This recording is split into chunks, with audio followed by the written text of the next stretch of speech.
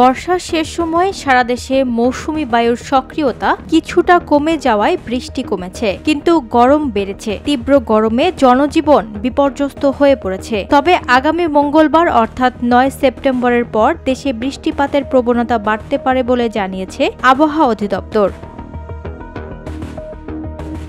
পরবর্তী 5 দিনের পূর্বাভাসে বলা হয়, রংপুর বিভাগের অনেক জায়গায়, রাজশাহী, ময়মনসিংহ, চট্টগ্রাম ও সিলেট বিভাগের কিছু এলাকায় অস্থায়ীভাবে দমকা হাওয়া সহ হালকা থেকে মাঝারি বৃষ্টি হতে পারে। এদিকে ঢাকা, খুলনা ও বরিশাল বিভাগের 2-1 জায়গায়ও বৃষ্টির সম্ভাবনা রয়েছে। কোথাও কোথাও মাঝারি ধরনের ভারী বর্ষণ হতে পারে। শনিবার থেকে সোমবার পর্যন্ত একই ধরনের আবহাওয়া থাকতে পারে, তবে মঙ্গলবার সারা দেশের কোথাও কোথাও ভারী বর্ষণের আভাস দিয়েছে আবহাওয়া অধিদপ্তর। কিন্তু বৃষ্টিহীন অঞ্চলে গরমের প্রকোপ বেশি থাকবে। ওয়াহিদা প্রান্তি, স্বদেশ প্রতিদিন।